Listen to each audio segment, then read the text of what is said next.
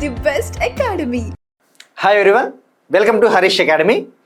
ఈరోజు కరెంట్ అఫైర్స్లో భాగంగా each and every టాపిక్ని మనము డీటెయిల్గా డిస్కస్ చేసుకునే ముందు ఇవాళ క్వశ్చన్ని మనము స్టార్టింగ్లోనే చూద్దాం. ఎందుకంటే ఇది ప్రీవియస్ ఇయర్ క్వశ్చన్.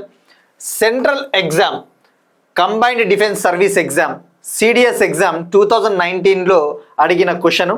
మనం ఈ కాన్సెప్ట్ని మన ప్రీవియస్ క్లాసెస్లో డిస్కస్ చేసుకున్నాం. ట్రైబ్స్ గురించి, తెగలకు సంబంధించి, గిరిజన తెగలకు సంబంధించి ఆ క్వశ్చన్, డైరెక్ట్ క్వశ్చన్. మనము ఈ క్వశ్చన్ని ట్రై చేద్దాం. ఫస్ట్, షోంపియాన్స్ అనే ట్రైబల్ గ్రూపు ఏ రాష్ట్రానికి చెందినవారు? షోంపియాన్ అనే గిరిజన తెగ ఏ రాష్ట్రానికి చెందినవారు అని చెప్పేసి సిడిఎస్ ఎగ్జామ్ 2019లో అడిగారు. Direct question. సో ఇది ట్రై చేయండి. Option A Jharkhand, B Odisha, C West Bengal, D Andaman Nicobar island. ఈ నాలుగిట్లో ఏదో ట్రై చేయండి. మనం డిస్కస్ చేసుకున్న కాన్సెప్టే కాబట్టి. ఇక అలానే గౌరవ జనజాతీయ దివాస్, జనజాతీయ గౌరవ దివాస్ని మనం సెలబ్రేట్ చేసుకుంటాం కదా, ఆ డే ఎప్పుడు? ఆ డే కూడా ట్రై చేయండి. అంటే బీర్సా ముండా గారి బర్త్ యానివర్సరీ, బీర్సా ముండా గారి జయంతి ఎప్పుడు? ఆ క్వశ్చన్ని ట్రై చేయండి. ఇక మనం నిన్న అడిగిన క్వశ్చన్ వచ్చేసి, స్టీల్ డూమ్ ఎయిర్ డిఫెన్స్ సిస్టమ్ ఏ కంట్రీ డెవలప్ చేస్తూ ఉందంటే తుర్కీ కంట్రీ. తుర్కీ లేదా దీన్నే ఒకప్పుడు టర్కీ కంట్రీ అని పిలిచేవాళ్ళు. ఇక గోల్డెన్ డూమ్ ఎయిర్ డిఫెన్స్ సిస్టమ్ అంటే శాటిలైట్ ఆధారిత రక్షణ వ్యవస్థని అమెరికా నిర్మించబోతా ఉంది. ఇక ఇండియా మిషన్ సుదర్శన్ చక్రాన్ని 2035 కల్లా డిప్లాయ్ చేయాలి, 2035 కల్లా ఏర్పాటు చేయాలని చెప్పేసి భావిస్తూ ఉంది. ఇక ఇవాళ మన ఫస్ట్ టాపిక్లోకి వెళ్తే, అగ్రికల్చర్ సెక్టార్కు సంబంధించి ఇండియాలో కాటన్ ఫార్మర్స్కి మినిమం సపోర్ట్ ప్రైజ్ అందించాలి. ముఖ్యంగా ఎప్పుడైతే మార్కెట్ ధరలు తగ్గిపోయి ఉంటాయో గవర్నమెంట్ ఆఫ్ ఇండియా, భారత ప్రభుత్వము భారతదేశంలోని రైతులకు కనీస మద్దతు ధర, మినిమం సపోర్ట్ ప్రైజు ప్రకటిస్తుంది. అయితే ఈ కాటన్ ఫార్మర్స్, ముఖ్యంగా ఈ మినిమం సపోర్ట్ ప్రైజ్ ఉన్నప్పటికీ కూడా ఈ కాటన్ ఫార్మర్స్, పత్తి రైతులకి సరైన ధరలు అందించడం లేదు, సరైన ధరలు తగ్గటం లేదు. అలానే మిడిల్ మెన్ ఇష్యూ, ఈ మధ్య దళారీలు అంటారు కదా, ఈ దళారీలు ఎక్కువగా వీళ్ళని ఎక్స్ప్లాయిట్ చేస్తూ ఉన్నారని చెప్పేసి ఇటువంటి వాటన్నిటిని పరిష్కరించడానికి union textile minister Giriraj Singh గారు కాటన్ ఫార్మర్స్ కోసం కపస్ కిసాన్ యాప్ అనే దాన్ని లాంచ్ చేశారు. కపస్ కిసాన్ యాప్. ఇక్కడ కపస్ అంటే హిందీ వర్డ్, హిందీలో కపస్ అంటే కాటన్, పత్తి అని అర్థము. పత్తి రైతుల కోసం కపాస్ కిసాన్ యాప్. మరి ఫస్ట్ మనకి ఇక్కడ ఎంఎస్పి గురించి ఐడియా ఉండాలి. ఈ యాప్ ద్వారా ఏం చేస్తారు అంటే ఫస్ట్ మనకి ఎంఎస్పి ఐడియా ఉండాలి, మినిమం సపోర్ట్ ప్రైస్. ఇండియాలో రైతులకి మార్కెట్ ధరలు పడిపోయినప్పుడు, మార్కెట్ ప్రైజెస్ పడిపోయినప్పుడు వాళ్ళని ఆదుకోవడం కోసం గవర్నమెంట్ ఆఫ్ ఇండియా సంవత్సరానికి రెండు సార్లు కనీస మద్దతు ధరను ప్రకటిస్తుంది. మొత్తం ఓవరాల్గా 22 క్రాప్స్ కవర్ అయి ఉంటాయి. ఇందులో 22 క్రాప్స్ ఎంఎస్పిలో కవర్ అయి ఉంటాయి. అంటే 22 రకాల పంటలు, ఫర్ ఎగ్జాంపుల్ వరి పంట కావచ్చు, జొన్న పంట, గోధుమ, అటువంటివన్నీ కవర్ అయి ఉంటాయి. ఇక ఎంఎస్పిలో 22 క్రాప్స్ ఉంటాయి. అలానే షుగర్ కేన్కి కూడా, ఈ చెరుకు రైతులకి fair and remunerative price, FRP అనేది ఒకటి ఉంటుంది. ఫెయిర్ అండ్ రెమ్యునరేటివ్ ప్రైస్ అంటే ఎంఎస్పి ఎలాగనో ఈ షుగర్ కేన్కి ఎఫ్ఆర్పి ఇస్తారు. రెండు కూడా ఒకేలానే ఉంటాయి. ఇది కూడా ఫెయిర్ అండ్ రెమ్యునరేటివ్ ప్రైస్ అంటే ఇది కూడా ఒక మద్దతు ధర లాంటిదే. బట్ ఏంటంటే ఎంఎస్పిలో దీన్ని జాయిన్ చేయలేదు, ఎంఎస్పిలో చేయలేదు. సపరేట్గా షుగర్ కేన్కి ఎఫ్ఆర్పి అని ఉంటుంది. ఎంఎస్పిలో 22 క్రాప్స్ కవర్ అయి ఉంటాయి, ఆ విషయం గుర్తుపెట్టుకోండి. ఇక ఎంఎస్పిని సంవత్సరానికి 2 సార్లు అనౌన్స్ చేస్తారు. ఒకసారి ఖరీఫ్ సీజన్ ప్రారంభమయ్యే ముందు. ఖరీఫ్ సీజన్ అంటే వర్షాకాలము, ముఖ్యంగా ఈ జూను అప్పటి నుంచి మొదలవుతుంది. జూన్ నుంచి సెప్టెంబర్, ఈ కాలాన్ని ఖరీఫ్ సీజన్ అంటారు.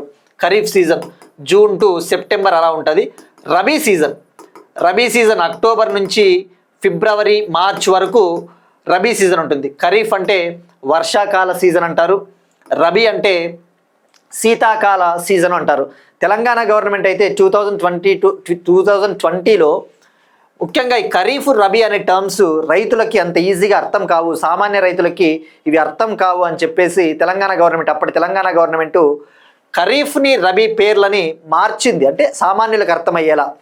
వానాకాలము మరియు యాసంగి సీజన్, వానాకాల పంటలు, యాసంగి పంటలు. యాసంగి అంటే రబీ సీజన్ అని చెప్పేసి చెప్పవచ్చు. మరి ఇప్పుడు ఎంఎస్పి విషయానికి వస్తే, ఎంఎస్పిని డిసైడ్ చేసేది గవర్నమెంట్ ఆఫ్ ఇండియా, భారత ప్రభుత్వము నిర్ణయిస్తుంది. అయితే దీన్ని రికమెండ్ చేసేది, ఇంత ఎంఎస్పి ఉండాలి అని చెప్పేసి సలహా ఇచ్చేది, అడ్వైజ్ ఇచ్చేది commission for agricultural cost and prices అని చెప్పేసి సిఏసిపి అని చెప్పేసి ఒకటి ఉంటుంది. Commission for agricultural costs and price అనే ఒక కమిషను రికమెండ్ చేస్తే cabinet committee on economic affairs, ఈ cabinet committee on economic affairs, ఆర్థిక వ్యవహారాల క్యాబినెట్ కమిటీ ఉంటుంది కదా, ప్రైమ్ మినిస్టర్ అధ్యక్షతన ఉంటుంది. Prime minister led cabinet committee on economic affairs ఈ ఎంఎస్పిని నిర్ణయిస్తుంది, డిసైడ్ చేస్తుంది. ఆ విషయం గుర్తుపెట్టుకోండి. ఇక ఇప్పుడు ఈ కపస్ కిసాన్ యాప్ విషయానికి వస్తే, కపస్ కిసాన్ యాప్ కింద ఈ కాటన్ ఫార్మర్సు ఆ యాప్లో వాళ్ళు సెల్ఫ్గా రిజిస్టర్ చేసుకోవచ్చు. రిజిస్టర్ చేసుకొని ఆ పేమెంట్ మెకానిజము అంటే వాళ్ళకి అందాల్సిన డబ్బులకు సంబంధించి ఎప్పటికప్పుడు ట్రాక్ చేయవచ్చు అనమాట. సో ఇది మెయిన్గా కాటన్ ఫార్మర్స్ కోసం తీసుకొని వచ్చిన యాప్ అని గుర్తుపెట్టుకుంటే సరిపోతుంది. సో లాంచ్ చేసిన మంత్రిత్వ శాఖ టెక్స్టైల్ మినిస్టర్ గిరిరాజ్ సింగ్ గారు లాంచ్ చేశారు. Next one, cabinet decisions. Union cabinet నిన్న కొన్ని నిర్ణయాలు తీసుకునింది.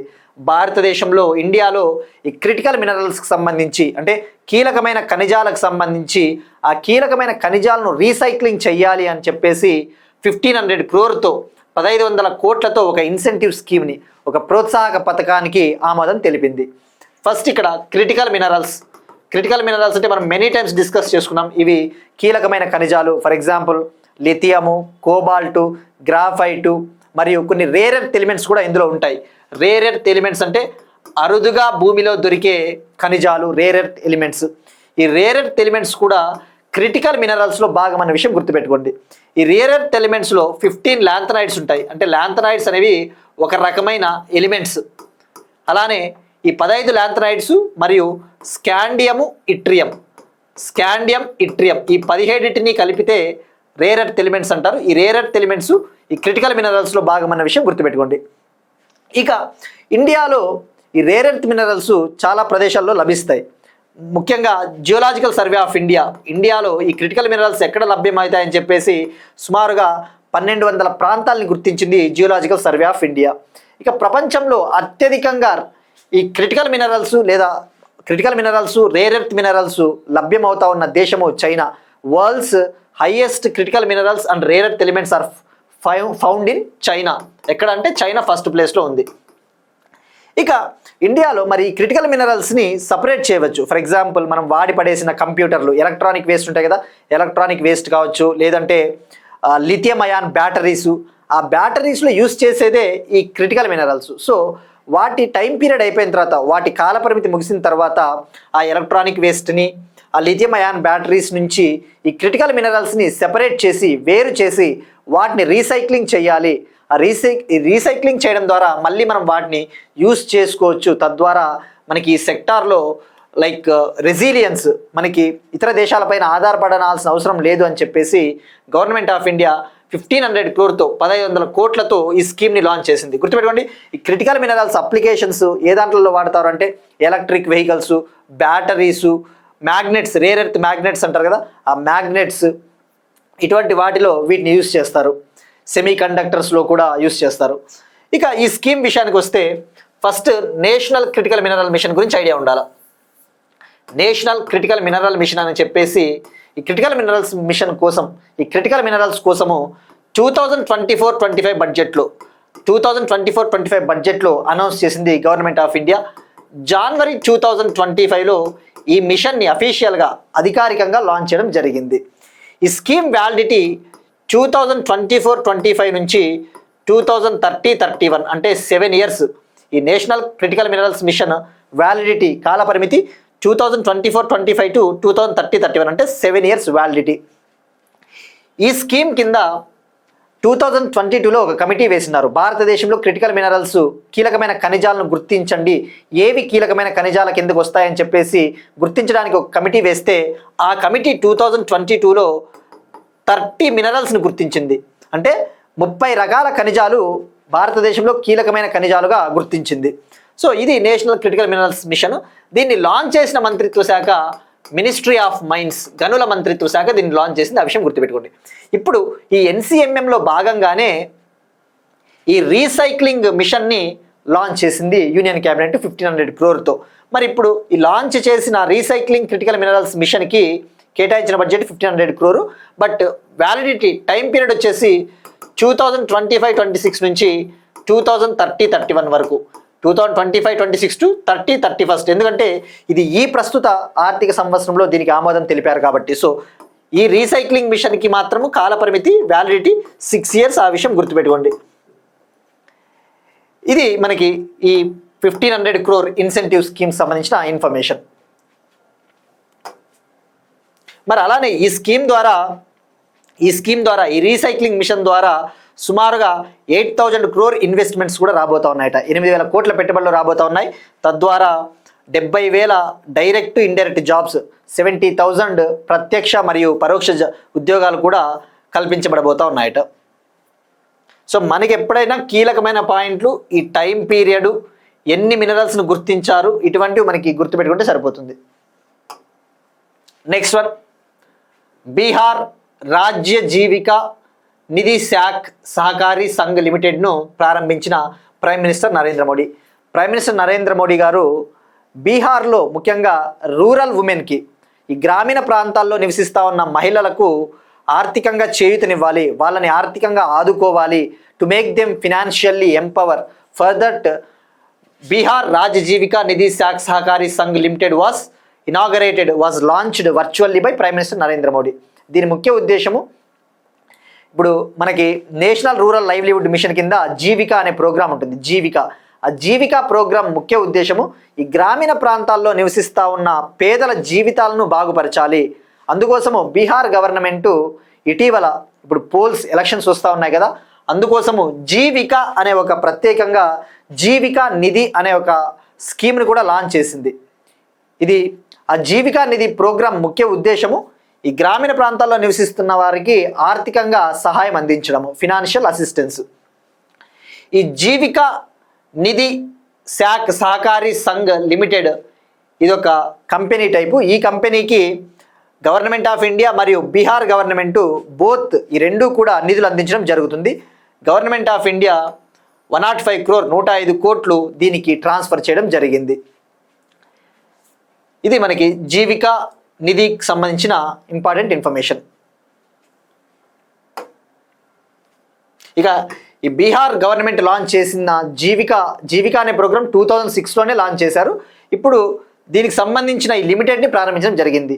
జీవిక అనే ప్రోగ్రామ్ని బీహార్ గవర్నమెంట్ 2006లోనే వరల్డ్ బ్యాంక్ సపోర్ట్తో, ప్రపంచ బ్యాంకు సహకారంతో దీన్ని లాంచ్ చేయడం జరిగింది.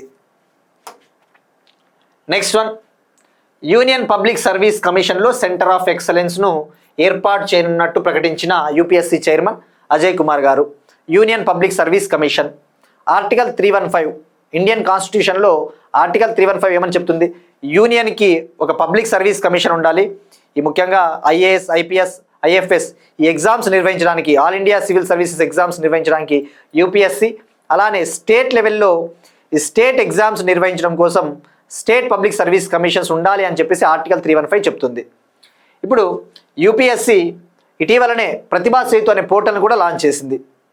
ప్రతిభా సేతు పోర్టల్ ముఖ్య ఉద్దేశం ఏంటి? ఎవరైతే యూపీఎస్సీ ఎగ్జామ్స్లో చివరి దశ వరకు వెళ్ళి అక్కడ విఫలమై ఉంటారో, వాళ్ళ పేర్లు ఫైనల్ మెరిట్ లిస్ట్లో ఉండవో, వాళ్ళకి ఫర్దర్గా వాళ్ళకి భవిష్యత్తులో ఉద్యోగ అవకాశాలు కల్పించడం కోసము గవర్నమెంట్ కంపెనీస్ కావచ్చు, లేదంటే ప్రైవేట్ కంపెనీసు ఆ యాప్లోకి, ఆ ప్రతిభా సేతు పోర్టల్లోకి వెళ్ళి ఆ స్టూడెంట్స్, ఆ ఆస్పిరెంట్స్ ఎవరైతే చివరి దశ వరకు వచ్చి ఉంటారో వాళ్ళకి సంబంధించిన డీటెయిల్స్ అన్నీ కూడా ఆ పోర్టల్లో ఉంటాయని చెప్పేసి తెలుసుకున్నాం. ఇప్పుడు యూపీఎస్సీ ఒక సెంటర్ ఆఫ్ ఎక్సలెన్స్ కూడా ఏర్పాటు చేయబోతోంది.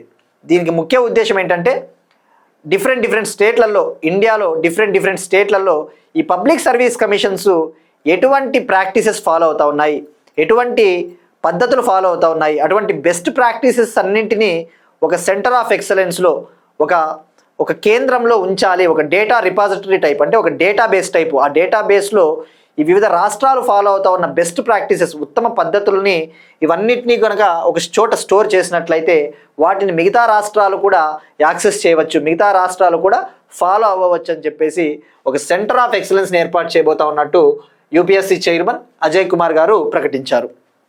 ఇక యూపీఎస్సీ 1 అక్టోబర్ 1926 ఏర్పాటైంది. 1 అక్టోబర్ 1926 లీ కమిషన్ రికమెండేషన్స్ మేరకు, ఎవరి రికమెండేషన్స్ అంటే అప్పట్లో లీ కమిషన్ లీ అనే ఒక ఆయన లీ కమిషన్ రికమెండ్ చేస్తే యూపీఎస్సీ ఏర్పాటైంది. Next one state specific Andhra Pradesh current affairs. ఆంధ్రప్రదేశ్లోని అమరావతిలో పొట్టి శ్రీరాములు మెమోరియల్ పార్క్ని ఏర్పాటు చేయబోతా ఉంది ఆంధ్రప్రదేశ్ ప్రభుత్వం. అమరజీవి పొట్టి శ్రీరాములు గారి పేరిట ఒక స్మృతివనం, ఒక మెమోరియల్ పార్క్ని అమరావతిలో ఏర్పాటు చేయబోతా ఉన్నారు. ఇక్కడ అమరజీవి పొట్టి శ్రీరాములు గారికి సంబంధించిన 58 ఫీట్ బ్రాంజ్ స్టాచ్యూని ఏర్పాటు చేయబోతున్నారు. 58 అడుగుల ఎత్తున్న ఒక కాంస్య విగ్రహాన్ని, బ్రాంజ్ స్టాచ్యూని ఏర్పాటు చేయబోతున్నారు.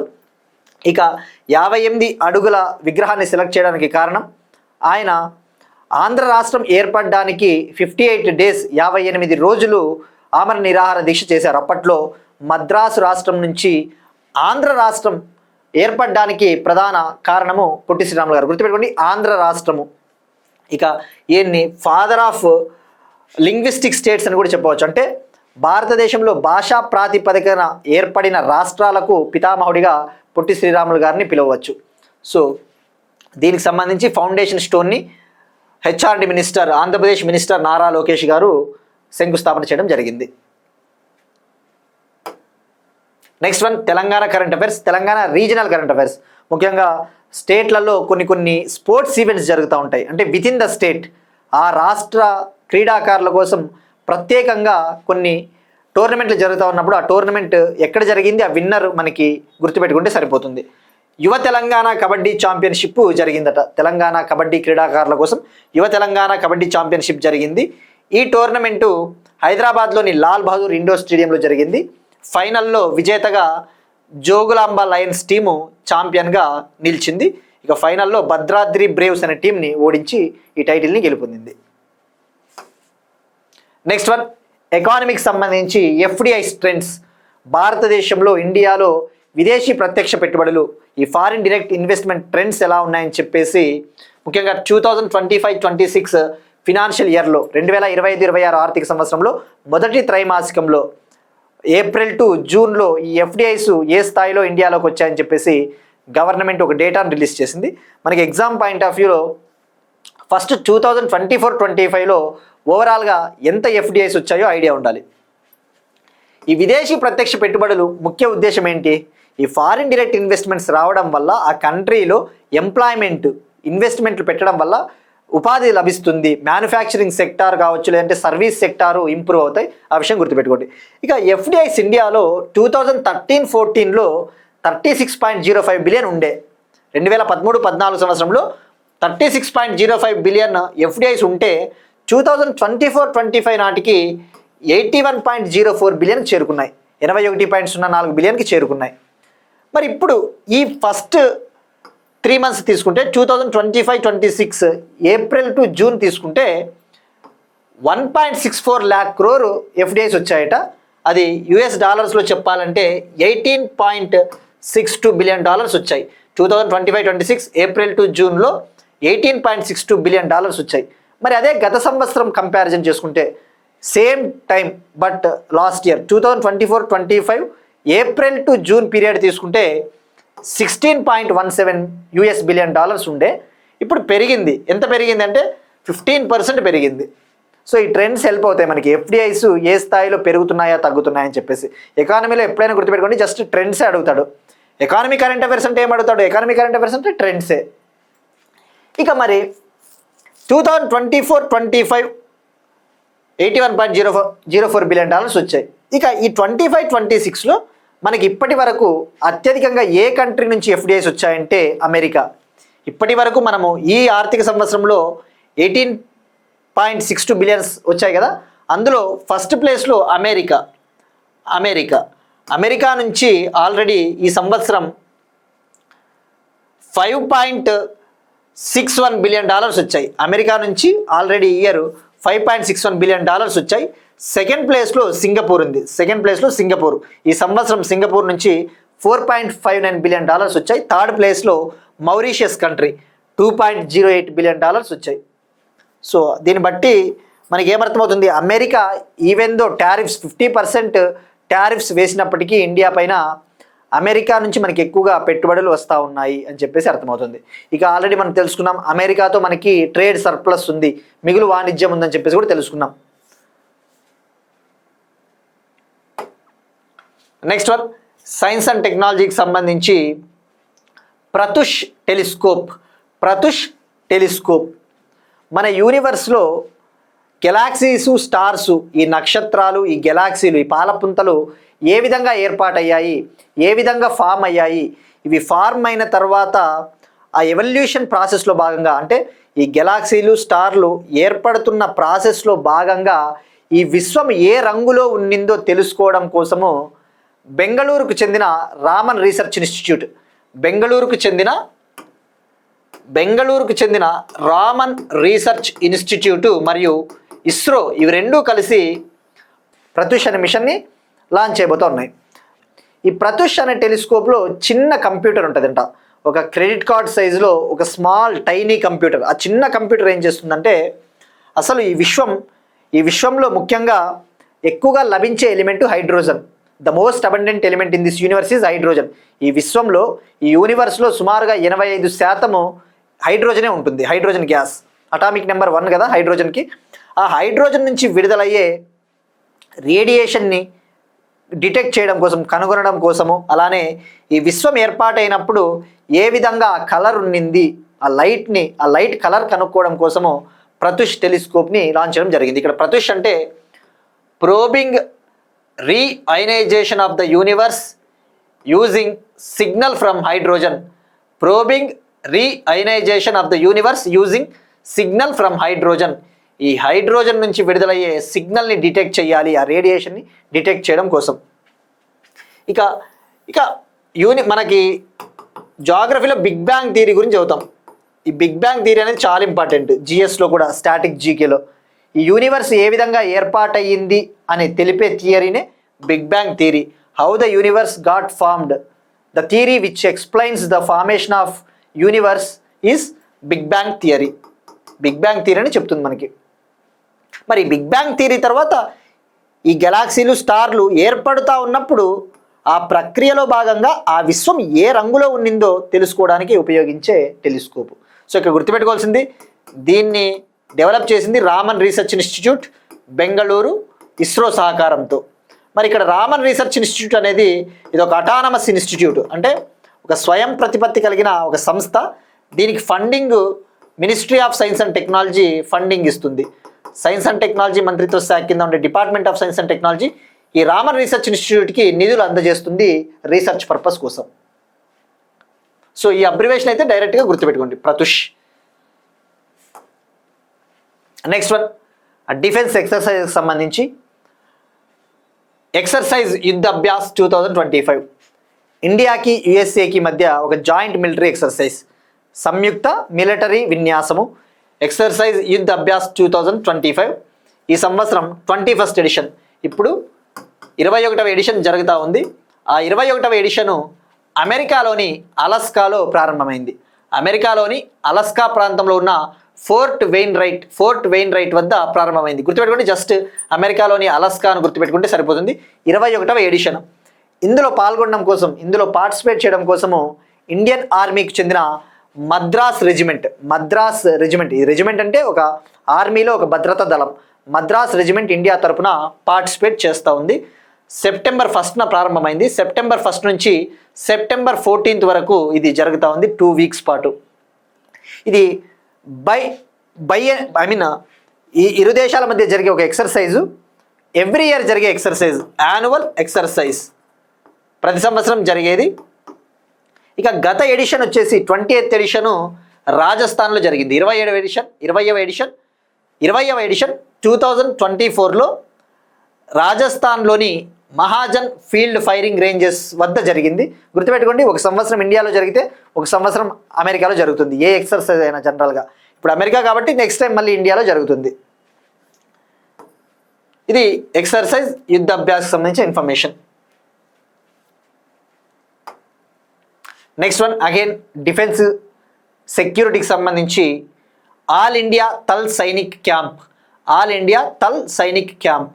ఇండియాలో ఆర్మీకి చెందినది ఒక వాలంటరీ గ్రూప్ ఉంది, నేషనల్ క్యాడెట్ కార్ప్స్. మనము స్కూళ్ళల్లో కావచ్చు, స్కూల్స్, కాలేజెస్, యూనివర్సిటీస్లో చదివేటప్పుడు వాలంటీర్గా స్వచ్ఛందంగా ఎన్సీసీలో పార్టిసిపేట్ చేయవచ్చు, ఎన్సీసీలో సభ్యులుగా చేరవచ్చు.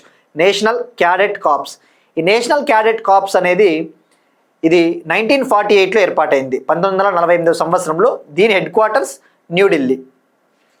ఈ నేషనల్ క్యాడెట్ కార్ప్స్కి ట్రైనింగ్ ఇవ్వాలి, ఆర్మీ ట్రైనింగ్ అంటే వాళ్ళకి మెలకువలు, యుద్ధంగా ముఖ్యంగా ఈ ఆర్మీకి సంబంధించి వివిధ రకాల విన్యాసాల్లో పాల్గొనేటప్పుడు ఆ ఫిజికల్ ట్రైనింగ్ ఇవ్వడం కోసము, అలానే ఆ లీడర్షిప్ స్కిల్స్ని ఇంప్రూవ్ చేయడం కోసం, ఈ నైపుణ్య ఈ లీడర్షిప్ స్కిల్స్ ఏవైతే ఉంటాయో ఈ నాయకత్వ లక్షణాలను మెరుగుపరచడం కోసము ఆల్ ఇండియా థల్ సైనిక్ క్యాంప్ని న్యూఢిల్లీలో మినిస్ట్రీ ఆఫ్ డిఫెన్స్ లాంచ్ చేసింది, రక్షణ మంత్రిత్వ శాఖ లాంచ్ చేసింది. ఇది 12 రోజుల పాటు జరుగుతూ ఉంది ఈ క్యాంపు. ఇక ఇందులో భాగంగా 17 నేషనల్ క్యాడెట్ కార్ప్స్కి చెందిన 17 నేషనల్ క్యాడెట్ కార్ప్స్కి చెందిన సుమారుగా 1500 క్యాడెట్స్ అంటే 1500 మంది, సుమారుగా 1500 మంది ఎన్సిసి సభ్యులు ఇందులో పాల్గొంటూ ఉన్నారు. Next one, INS Trikand. Again another Indian naval ship, INS Trikand. ఈ ఐఎన్ఎస్ త్రికండ్ ఈజిప్ట్లో జరుగుతూ ఉన్న ఎక్సర్సైజ్ బ్రైట్ స్టార్ 2025లో పాల్గొనడానికి అక్కడ చేరుకునింది. ఎక్సర్సైజ్ బ్రైట్ స్టార్ ఇది ఈజిప్ట్లో స్టార్ట్ అయింది, ఆగస్టు 28న స్టార్ట్ అయింది. అమెరికా సహకారంతో, అమెరికా కోఆపరేషన్తో నిర్వహిస్తూ ఉంది. ఇది ఒక మల్టీనేషనల్ ఎక్సర్సైజ్ అని కూడా చెప్పుకున్నాం, అంటే వివిధ దేశాలు ఇందులో పాల్గొంటూ ఉన్నాయి. ఎక్సర్సైజ్ బ్రైట్ స్టార్లో సుమారుగా 40 కంట్రీస్ పాల్గొంటూ ఉన్నాయి, ఇంక్లూడింగ్ ఇండియా. ఇందులో ఇండియా కూడా పార్టిసిపేట్ చేస్తూ ఉంది. ఇది ట్రై సర్వీస్ డ్రిల్ అని చెప్పేసి కూడా మనం తెలుసుకున్నాం. ట్రై సర్వీస్ అంటే ఇందులో ఆర్మీ, నేవీ, ఎయిర్ ఫోర్స్కి చెందిన సభ్యులు పాల్గొంటూ ఉన్నారు. ఈ ఎక్సర్సైజ్ బ్రైట్ స్టార్లో పాల్గొనడం కోసము తల్వార్ క్లాస్కు చెందిన, మనం నిన్న డిస్కస్ చేసుకున్నాం తల్వార్ క్లాస్, ఆ తల్వార్ క్లాస్కు చెందిన ఒక stealth guided missile frigate INS Trikand అక్కడికి చేరుకునింది, ఈజిప్ట్కి చేరుకునింది. సో ఇక్కడ గుర్తుపెట్టుకోవాల్సింది, ఇటువంటి ఎక్సర్సైజెస్ ఉన్నప్పుడు మనకి ఎలా అడుగుతా అంటే, first point exercise bright star అంటే మనకి అది ఏ కంట్రీ నిర్వహిస్తూ ఉంది, అందులో ఎన్ని కంట్రీలు పార్టిసిపేట్ చేస్తూ ఉన్నాయంటే 40. ఇది ఏ type of exercise, tri service exercise, ఆ విషయం గుర్తుపెట్టుకోవాలి. అంటే ఇది ఆర్మీ, నేవీ, ఎయిర్ ఫోర్స్ ముగ్గురు పాల్గొంటూ ఉన్నారు. ఇలా మనకి ఐడియా ఉంటే సరిపోతుంది. ఇక ఐఎన్ఎస్ త్రికండ్ విషయానికి వస్తే ఇది తల్వార్ క్లాసు, మనం డిస్కస్ చేసుకున్నాం. తల్వార్ క్లాసుకు చెందిన స్టెల్త్ గైడెడ్ ఫ్రిగేట్స్ని కొన్నిటిని రష్యాలో కన్స్ట్రక్ట్ చేశారు, రష్యాలోని యంతర్ షిప్ యార్డ్ వద్ద కొన్నిటిని నిర్మించారు, ఇండియాలోని గోవా షిప్ యార్డ్ లిమిటెడ్ వద్ద కూడా కొన్ని నిర్మించారు అని చెప్పేసి మల్టిపుల్ ఫ్రిగేట్స్, కొన్ని చాలా ఫ్రిగేట్స్ని నిర్మిస్తూ ఉన్నారు. ఇక ఈ ఐఎన్ఎస్ త్రికండ్ విషయానికి వస్తే ఐఎన్ఎస్ త్రికండ్ ఇది తల్వార్ క్లాసుకు చెందినదే. దీన్ని రష్యాలోని యంతర్ షిప్ యార్డ్ వద్ద నిర్మించారు, గుర్తుపెట్టుకోండి, రష్యాలోని యంతర్ షిప్ యార్డ్ వద్ద నిర్మించారు. ఇక ఆల్రెడీ ఈ తల్వార్ క్లాస్లోనే భాగంగా ఐఎన్ఎస్ తుషీలు, ఐఎన్ఎస్ తమల్ని కూడా రష్యాలోనే నిర్మించారు. ఇక INS Triput, INS Tavasya Goa shipyard limited వద్ద వీటిని నిర్మించారని చెప్పేసి కూడా తెలుసుకున్నాం. ఇది so INS Trikand, exercise bright star. Next one, health and diseases సంబంధించి కరెంట్ అఫైర్స్. ద్వంద్వ అరుదైన మెదడు ఇన్ఫెక్షన్లతో బాధపడతా ఉన్న 17 ఏళ్ల బాలుడికి విజయవంతంగా చికిత్స చేసిన కేరళ వైద్యులు. ఇటీవల కేరళలో ప్రైమరీ అమీబిక్ మెనింజ్ ఎన్సెఫలైటిస్ అనే వ్యాధి వచ్చిందని చెప్పేసి మనం తెలుసుకున్నాం. ముఖ్యంగా స్విమ్మింగ్ పూల్స్ కనుక క్లీన్ చేయకపోతే, స్విమ్మింగ్ పూల్స్లలో ఎక్కువగా వాటర్ స్టోర్ అయిపోతే, వాటిని సకాలంలో కనుక మనం క్లీన్ చేయకపోతే అక్కడ అమీబా అనే ఒక జీవి చేరుతుంది. ఆ అమీబా కనుక మన ముక్కు ద్వారా బ్రెయిన్లోకి ఎంటర్ అయింది అంటే, ముక్కు ద్వారా ఎంటర్ అయ్యి బ్రెయిన్ని అటాక్ చేస్తుంది, మెదడుని. సో ఈ అమీబిక్ మెనింజైటిస్ అనేది బ్రెయిన్ ఇన్ఫెక్షన్, మెదడుకి సంబంధించిన వ్యాధి అని గుర్తుపెట్టుకోండి. ఇప్పుడు కేరళలో ఒక 17 ఇయర్స్ ఒక బాలుడు, ఆ అబ్బాయికి ఈ అమీబిక్ మెనింజైటిస్ మరియు ఒక ఫంగల్ ఇన్ఫెక్షన్ అట, ఒక ఫంగల్ వ్యాధి కూడా వచ్చింది. ఆ వ్యాధి పేరు ఆస్పర్జిల్లస్ ఫ్లేవస్. ఈ రెండు ఇన్ఫెక్షన్లని ఆ అబ్బాయికి వచ్చాయి. ఈ 2 ఇన్ఫెక్షన్లు వస్తే ఆ 2 ఇన్ఫెక్షన్ల నుంచి కేరళకు చెందిన తిరువనంతపురం మెడికల్ కాలేజ్ హాస్పిటల్ డాక్టర్లు సక్సెస్ఫుల్గా సర్జరీ చేసి, ట్రీట్మెంట్ చేసి ఆ బాలుని కాపాడారట. So for the first time, తొలిసారిగా ప్రపంచంలో 2 ఇన్ఫెక్షన్స్తో పోరాడిన ఒక వ్యక్తిని, అతన్ని ప్రాణాలతో కాపాడడం జరిగింది ఫర్ ద ఫస్ట్ టైం అట. సో ఇది మనకి కేరళకు సంబంధించిన ఇన్ఫర్మేషన్. నెక్స్ట్ వన్ అపాయింట్మెంట్స్కి సంబంధించి FSSAI కొత్త సిఈఓగా శ్రీ రజిత్ పున్హానీ గారు. FSSAI food Safety and Standards Authority of India, ఇది ఒక స్టాచ్యుటరీ బాడీ, చట్టబద్ధమైన సంస్థ. ఇండియాలో ఫుడ్ ఇండస్ట్రీకి సంబంధించి ముఖ్యంగా హోటల్స్లో కావచ్చు, హాస్టల్స్లో ఎటువంటి ఫుడ్ని సప్లై చేస్తూ ఉన్నారు, ఆ ఆహారం అనేది నాణ్యతగా ఉందా లేదా, ఆ ఫుడ్ అనేది క్వాలిటీగా ఉందా లేదని చెప్పేసి రెగ్యులేట్ చేయడం కోసం, నియంత్రించడం కోసం 2006 FSSAI యాక్ట్ కింద food Safety and Standards Authority of India act చట్టము 2006 కింద ఏర్పాటైన ఒక స్టాచ్యుటరీ బాడీ, చట్టబద్ధమైన సంస్థే FSSAI. ఇప్పుడు దీనికి సిఈఓగా రజిత్ పున్హానీ గారు, ఈయన IAS ఆఫీసర్, 1991 బ్యాచ్కి చెందిన బీహార్ క్యాడర్ IAS ఆఫీసర్ని నియమించడం జరిగింది. మనకి ఎగ్జామ్ పాయింట్ ఆఫ్ వ్యూ ఎప్పుడైనా ఇది అపాయింట్మెంట్స్కి సంబంధించి ఇది ఒక స్టాటిక్ కరెంట్ అఫైర్ అవుతుంది. కానీ గ్రూప్ 2 లాంటి ఎగ్జామ్స్లో ఎలా అడుగుతాడంటే, గ్రూప్ 2 అయినా ఈవెన్ గ్రూప్ 3 లాంటి ఎగ్జామ్స్లో అయినా ఎలా అడుగుతాడంటే స్టేట్మెంట్స్ ఇస్తాడు, ఎక్కువ ఇవ్వడు, 2 స్టేట్మెంట్లు ఇస్తాడు. ఎలా అడుగుతాడంటే ఇది ఎప్పుడు ఏర్పాటైంది అంటాడు. మీరు కావాలంటే ప్రీవియస్ ఇయర్స్ పేపర్స్ చూడండి, UPSC కావచ్చు, ఏ ఎగ్జామ్స్ అయినా, AP తెలంగాణ గ్రూప్ 2 ఎగ్జామ్స్ అయినా, వాడు ఎలా అడుగుతాడంటే 2 స్టేట్మెంట్లు ఇస్తాడు. క్రింది వాటిలో FSSAIకి సంబంధించి ఏవి నిజం అంటాడు. ఒకటి, ఇది ఎప్పుడు ఏర్పాటైంది, ఇది చట్టబద్ధమైన సంస్థ అని ఒక ఆప్షన్ ఇస్తాడు, ఇది స్టాచ్యుటరీ బాడీ అంటాడు. ఇది ఎప్పుడు ఏర్పాటైంది, ఏ చట్టం కింద ఏర్పాటైంది అని చెప్పేసి అట్లా ఒక 2 స్టేట్మెంట్లు ఇస్తాడు అంతే. దీని హెడ్ క్వార్టర్స్ కూడా అడగవచ్చు అడిగితే. సో మనకి ఆ బేసిక్ ఒక 2 to 3 పాయింట్స్ ఐడియా ఉంటే సరిపోతుంది. ఈ FSSAI ఇది హెడ్ క్వార్టర్స్ వచ్చేసి న్యూఢిల్లీ, గుర్తుపెట్టుకోండి, న్యూఢిల్లీ. ఇది health and family welfare minister కింద ఉండే ఒక చట్టబద్ధమైన సంస్థ. హెల్త్ అండ్ ఫ్యామిలీ వెల్ఫేర్ మంత్రిత్వ శాఖ కింద ఉంటుంది. ఇది ప్రధాన కార్యాలయం న్యూఢిల్లీ అయినప్పటికీ కూడా రీజనల్ ఆఫీసెస్, ప్రాంతీయ కార్యాలయాలు కూడా ఉన్నాయట. ముంబై, కోల్కతా, చెన్నై, ఢిల్లీ.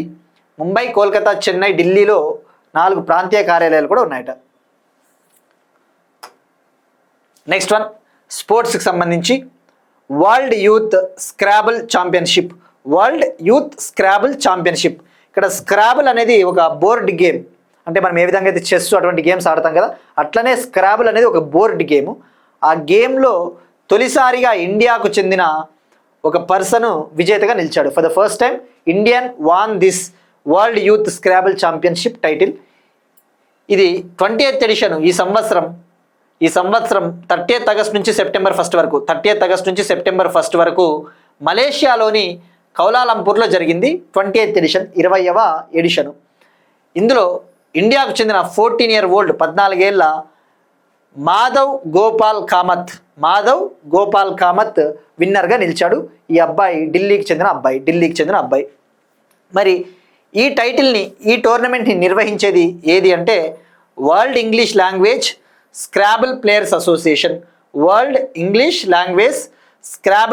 అసోసియేషన్ దీన్ని నిర్వహిస్తుంది. ఇవి ఇవాల్టి కరెంట్ అఫైర్స్. మనం ఒకసారి క్విక్గా రీక్యాప్ చూద్దాం. ఇవాల్టి క్వశ్చన్, షోంపియాన్స్ గిరిజన తెగ ఏ రాష్ట్రానికి చెందినవారు? ఈ క్వశ్చన్ ట్రై చేయండి. అలానే బీర్సా ముండా గారి జయంతి ఎప్పుడు? వాళ్ళ కోసం, ఆ గిరిజన తెగల కోసం ఏవైనా స్కీమ్స్ ఉన్నాయా? అలానే భారతదేశంలో పర్టికులర్లీ వల్నరబుల్ ట్రైబల్ గ్రూప్స్, ఈ PVTGలు ఎంతమంది ఉన్నారు? ఎన్ని తెగల్ని PVTGలుగా గుర్తించారు? ట్రై చేయండి, రీకాల్ చేసినట్టు అవుతుంది. కాటన్ ఫార్మర్స్ కోసం కపాస్ కిసాన్ యాప్ను లాంచ్ చేసిన టెక్స్టైల్ మినిస్టర్ గిరిరాజ్ సింగ్ గారు. MSP concept. Critical minerals recycling ప్రోత్సాహక పథకం 1500 crore ఇన్సెంటివ్ స్కీమ్. బీహార్ రాజ్య జీవికా నిధి శాఖ్ సహకారి సంఘ్ లిమిటెడ్ను వర్చువల్గా ప్రారంభించిన prime minister Modi. Union Public Service కమిషన్లో సెంటర్ ఆఫ్ ఎక్సలెన్స్ను ఏర్పాటు చేయనున్నట్టు UPSC చైర్మన్ అజయ్ కుమార్ వెల్లడి. అమరావతిలో పొట్టి శ్రీరాములు మెమోరియల్ పార్క్. యువ తెలంగాణ కబడ్డీ ఛాంపియన్షిప్లో విన్నర్గా Jogulamba lions team. Financial year 2025-26 April to జూన్లో 18.62 బిలియన్లకు చేరుకున్న FDI. ఇక్కడ ఇంకొక చిన్న పాయింట్ అండి, ఇక్కడ FY26 అంటే 2025-26 2025-26 ఆర్థిక సంవత్సరాన్ని ఇలా షార్ట్ కట్గా FY26గా డినోట్ చేస్తారు, గుర్తిస్తారు. బట్ అలా కాకుండా గత ఆర్థిక సంవత్సరం ఎలా గుర్తిస్తారు, ఎలా అంటే సింబల్ 2024-25 ఫినాన్షియల్ ఇయర్ని అయితే FY25 అంటారు. అంటే ఎక్కడ ఎండ్ అవుతుందో ఇక్కడ మెన్షన్ చేశారు. FY25 అంటే 24-25, FY26 అంటే 25-26, FY27 అంటే 26-27 అవుతుంది. ఆ విషయం గుర్తుపెట్టుకోండి. FDI trends, Pratush telescope, Raman research institute Bengaluru మరియు ఇస్రో. ఎక్సర్సైజ్ యుద్ధ అభ్యాస్ 2025, ఇండియా యుఎస్ఏల మధ్య జాయింట్ మిలిటరీ ఎక్సర్సైజ్ అలాస్కా అమెరికాలో ప్రారంభమైంది. ఆల్ ఇండియా థల్ సైనిక్ క్యాంప్ను న్యూఢిల్లీలో లాంచ్ చేసిన డిఫెన్స్ మంత్రిత్వ శాఖ. నేషనల్ క్యాడెట్ కార్ప్స్కి ఫిజికల్ ట్రైనింగ్ మరియు లీడర్షిప్ స్కిల్స్. ఎక్సర్సైజ్ బ్రైట్ స్టార్లో పాల్గొనడానికి ఈజిప్ట్కు చేరుకున్న INS Trikand Talwar class stealth missile frigate. ద్వంద్వ అరుదైన మెదడు ఇన్ఫెక్షన్లతో బాధపడుతున్న 17 ఏళ్ల బాలుడికి విజయవంతంగా చికిత్స చేసిన కేరళ వైద్యులు. Food Safety and Standards Authority of India new CEOగా శ్రీ రజిత్ పున్హాని గారు. FSSAI ఒక statutory body. World youth scrabble championship టైటిల్ను తొలిసారిగా గెలుచుకున్న ఒక Indian player Madhav Gopal Kamath. Event మలేషియాలో జరిగింది. That's it. These are today's current affairs. We'll meet you again tomorrow, and thank you everyone.